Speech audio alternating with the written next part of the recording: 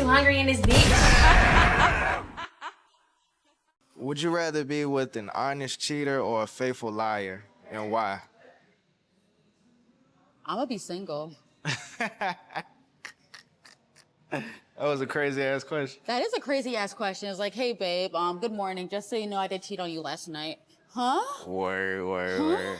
Hey babe, I love you so much. I'm just not gonna tell you that we're $3 million in the hole. 3 million is crazy. Yeah, like that. But That doesn't feel good either way. that's an honest cheater. The other choice was a faithful liar. Yeah, that's what I'm saying. Like, yes, you love me, right? And you do love me, and you're not cheating. You're not cheating on me, but you're keeping pertinent information away from me. Yeah. That's gonna fuck up our lives. Like, I like your I love you. vocabulary. It's like, I love you, babe, but I just fucked up your whole credit score. So you will forever need a cosigner if you need a car, a house, Damn. if you want to get an apartment.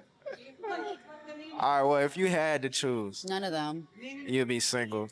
None of them. If it's me and those are the two other men left on Earth, we will go extinct. Damn. No, cause like, get off me, like unhand me, both of you. Yeah, nah, cause I can't share. I gotta have you to myself. You know what I'm saying? I'll probably murk that nigga. What was I at? All right, this That question disturbed me. for real. Yeah, like no, like like I get it, like pick the lesser of two evils, but those are just straight up heinous. Heinous. Yes. I like your vocabulary. Well, thank you. All right, this question's superficial, right? Okay. Should pretty girls and ugly girls have the same problems? Wait, what? Should pretty girls and ugly girls have the same problems? What do you mean by that? Just that. I mean, we're going to have the same problems regardless. Think so? Yeah, like there's certain problems that are just like universal across the board, across the world, that every woman, like, for the most part, goes through, right? Like, But you do believe pretty privilege exists, right? pretty privilege definitely is a real thing, but there is still like stereotypes against it as well. Like, there are definitely things that we can look across the aisle and want or like be envious of for ourselves. Yeah. That we don't really realize is something that someone else needs. Like, for instance, right? Like,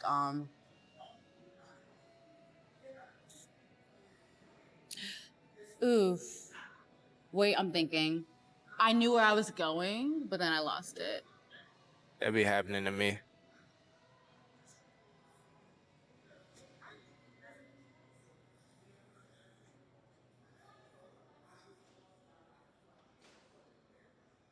Like, for instance, right? Like, I've definitely had people like tell me like, "Oh, I wish I was small like you." Whereas right now, I wish I was a little bit bigger. I feel like I'm a little too small. Stand up. Oh my God. Go ahead. Says, I mean, you can't even even see see me. You just see my skirt. you gotta- Oh my God. So what, you gotta like, I don't know. oh, it's warm. I think it's an actual fire. But yes, I wish I were a little bit bigger. Like,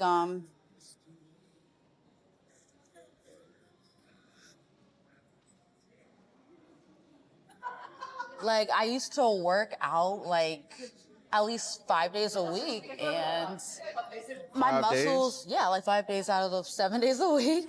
Word. And like, I definitely had like more muscle tone. I had energy.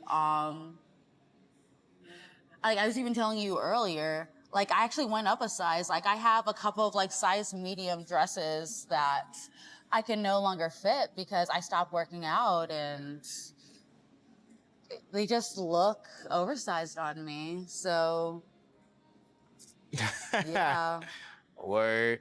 I miss being bigger So would you? and stronger. Like I actually was physically. What gym did you go to? There's one in the bottom of my apartment. Okay. Yeah. Would you like to go to the gym? Oh, you Yeah, gonna be but I having just need time. to. Yeah. I just need to get better about eating. Right. Yeah. And it sucks because going to the gym actually helps me want to eat. True. Shit, we could go to the gym. We could vlog that too. You know what I'm saying? I can show you how to do some calisthenics. Excuse me. But yeah, what else?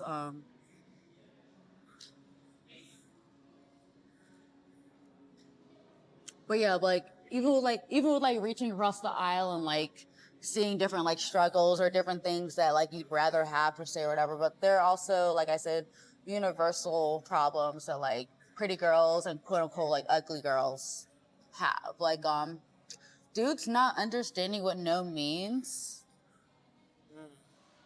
What you mean? Like let's say I'm even told you about like how like let's say I'm out and about or whatever.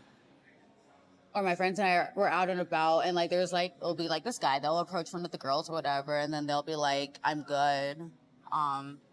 But they still are like persistent, like they want to keep trying. And like they've told, like one of my friends has been told, like, you're not even that cute. You should be like, basically, you should feel lucky that I'm even talking to you. And then for like the other friends who are like quote unquote like pretty or whatever, it's more so like, oh, so you think you're too good for me? So either way, like you still get that little bit of hostility when you reject the person. Word. Sometimes you gotta be careful out here, ladies. Man, that's crazy. Yeah. That's crazy. I mean, thank goodness I have not experienced that in years.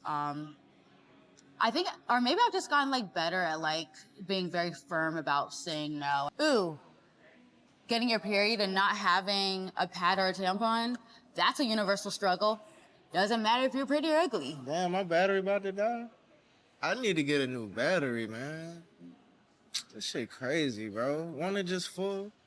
I mean, I don't know. Is that the battery right there on the upper right? Yeah, maybe because it got hot. Maybe that. I don't know. Yeah. Shit whack.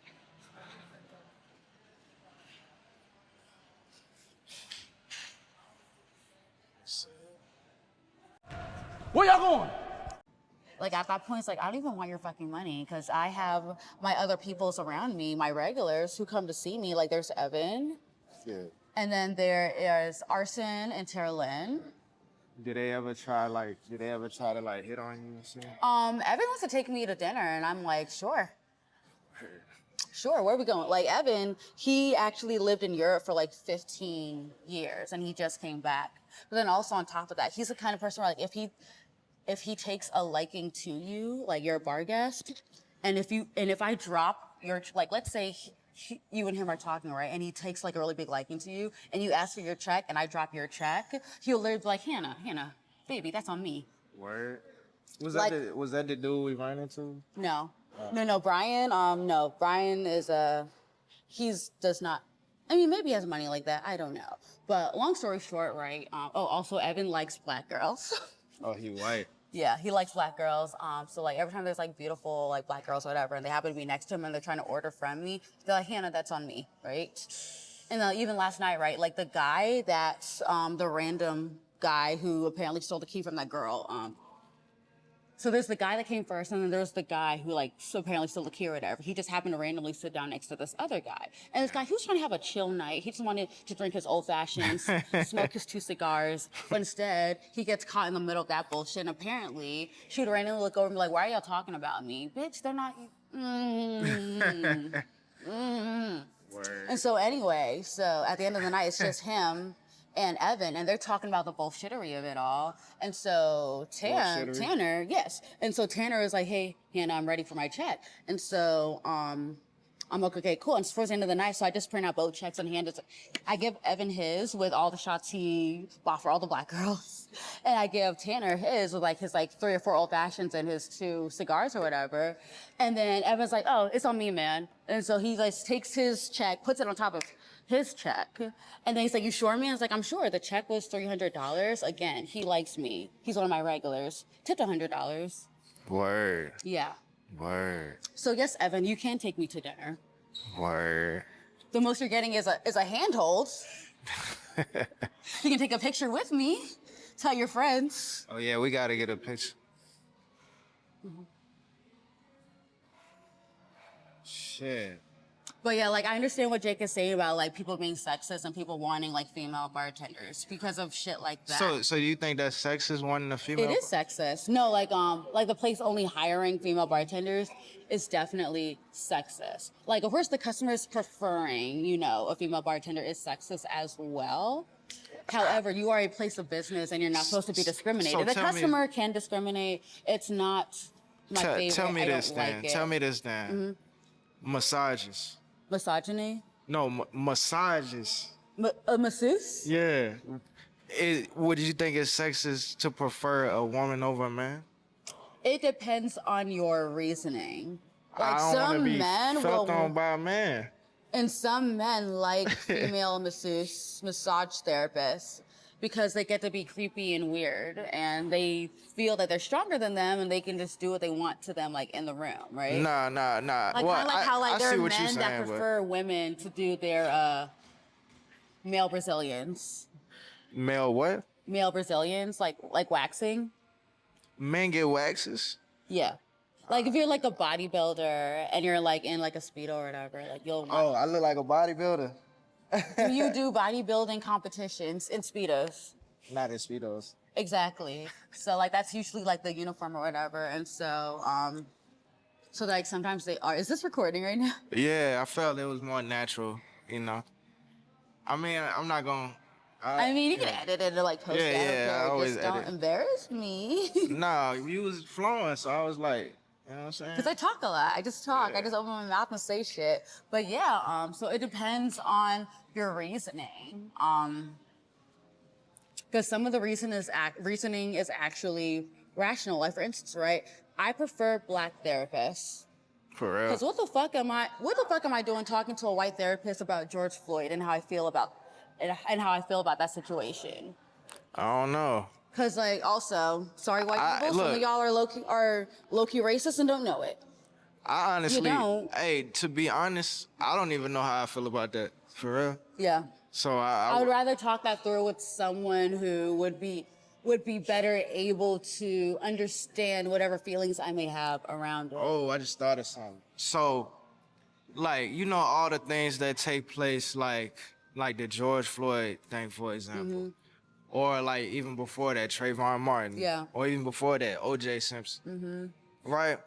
All these things that happen, these narratives they constantly push Yeah. out in front of people. Do you think those things are used in a divisive type of way, or like used to constantly promote trauma? It depends, it depends on the, I'm about to say purpose, but that doesn't mean anything because intent and the actual reaction or the actual impact can be on opposite ends of the spectrum. It can create division, but also could just be people not wanting to face the truth of certain things as well. And so that can, it's kind of like having to come to terms with the bullshit that's going on around you. Ignorance is bliss. You could also even say the whole oh yeah, I didn't have slaves, my grandparents had slaves. But then when you think about Jim Crow laws, we have people that are still alive today that still remember not being allowed to go into certain bathrooms because of the color of their skin. Yeah. So it's not like way back in the day, back with Abraham Lincoln. No, babe. That's not that long ago. Yeah, Ruby Bridges is still alive. Oh, word? She's still alive. How She's old on is she? Instagram. What is she? Like 50s or 60s? So again, even that's scary, right? She's only in her 50s or 60s. I remember watching that movie. Let me pull up her Instagram. I think it's the official Ruby Bridges. She better have at least a million. Yeah, Ruby Bridges official. Oh, she got. She better have at least 1 million followers. How many? She has 480,000 followers. 480,000? Yeah. That's decent.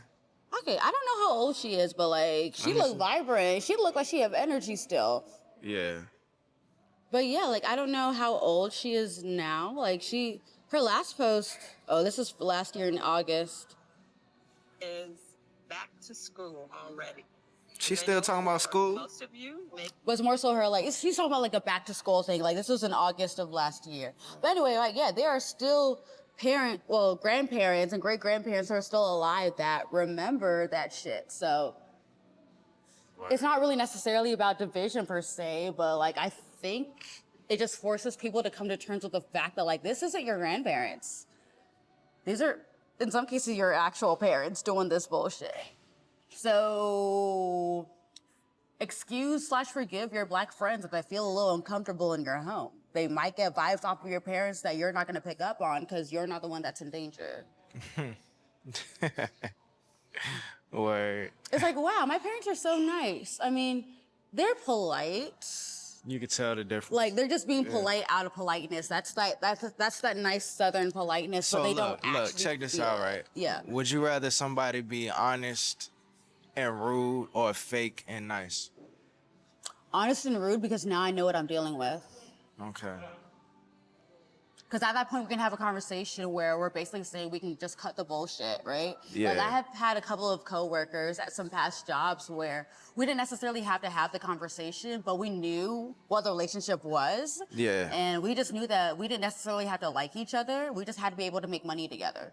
Right. I would right. rather that instead of me thinking you're my friend, right? And I'm going to you for, like, help or whatnot. Like, I'm exposing my weaknesses. Like I said earlier about, like, vulnerability, right? It's easier to do that around, like, friends and family and people that you're close to, right? And so if you're not being selective with who you're vulnerable with and you're just saying anything and everything to anyone, then you are literally putting ammunition in the hands of someone who you might think is your friend, but it's actually your enemy. Yeah.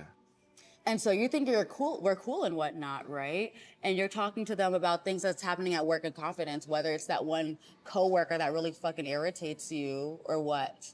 And then all of a sudden that coworker that you don't like knows what you said about them, even though you only told one person. And now the whole work environment is all fucked and tense. Yeah. Like, for instance, right, I can work with people I don't necessarily like, but, like, please don't antagonize the situation by telling them exactly why I don't like them. We just need to be able to work together. Right. I feel like I had another question. I forgot what it was. Shit, let me start. Damn. Right? Yeah. Like, I definitely do need medication. I don't just need somebody to come into my room and cleanse it. Like, I do still need my medication and my therapy. I think it has to be genuine though. I think there's a lot of performance going on. But no, I asked that.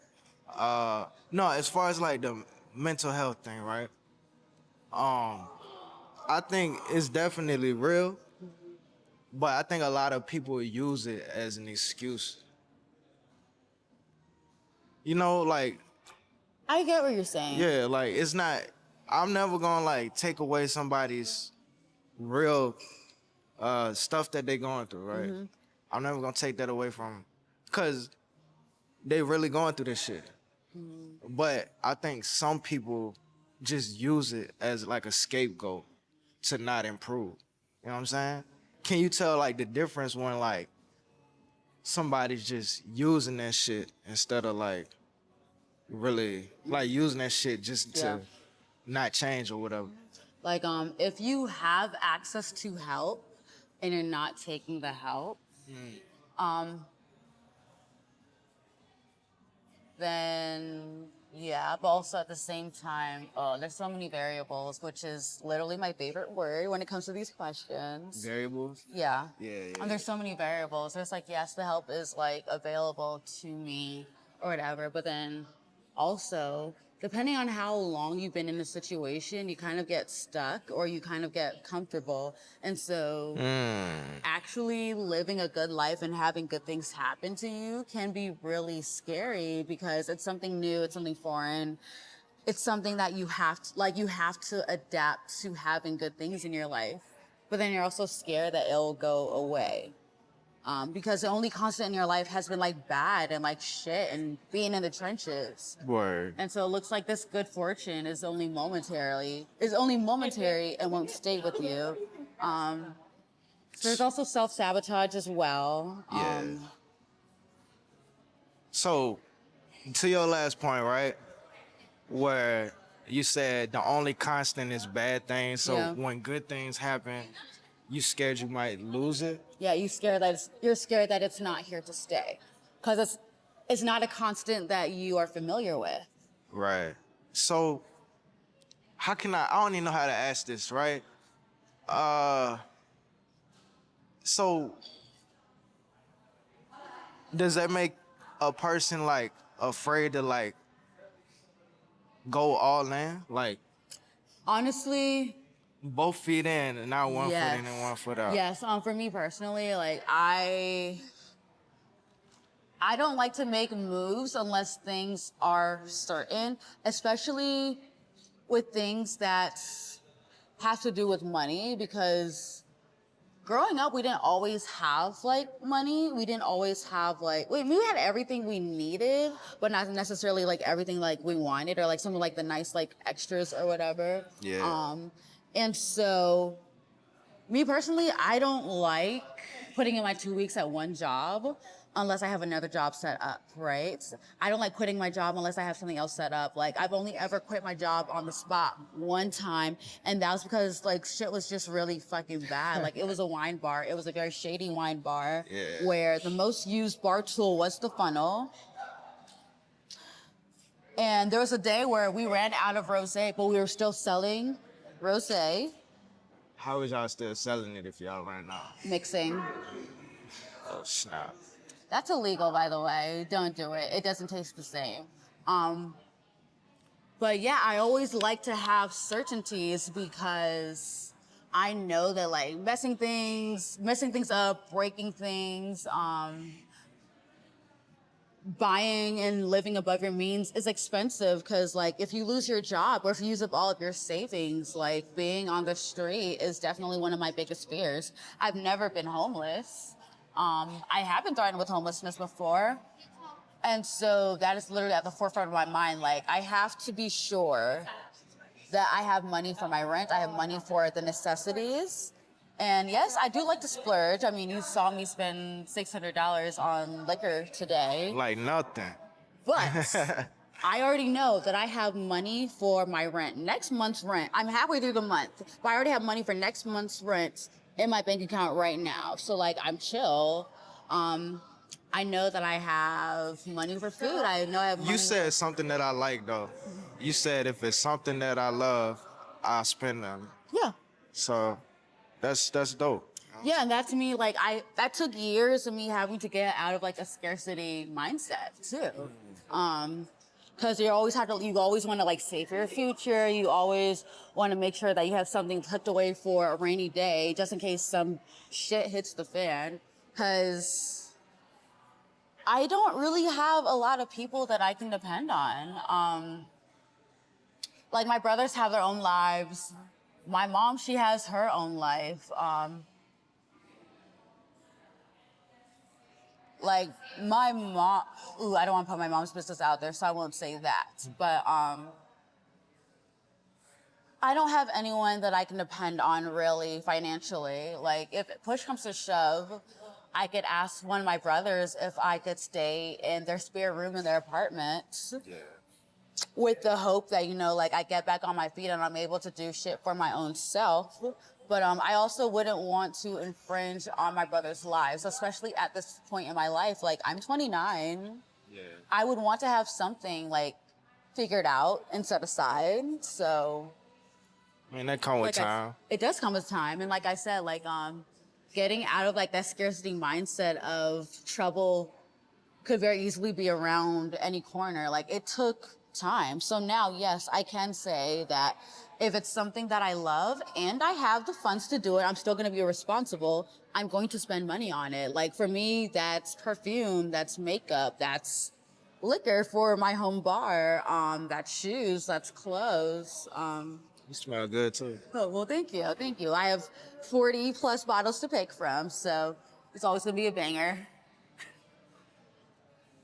You smell good too. Where? All right.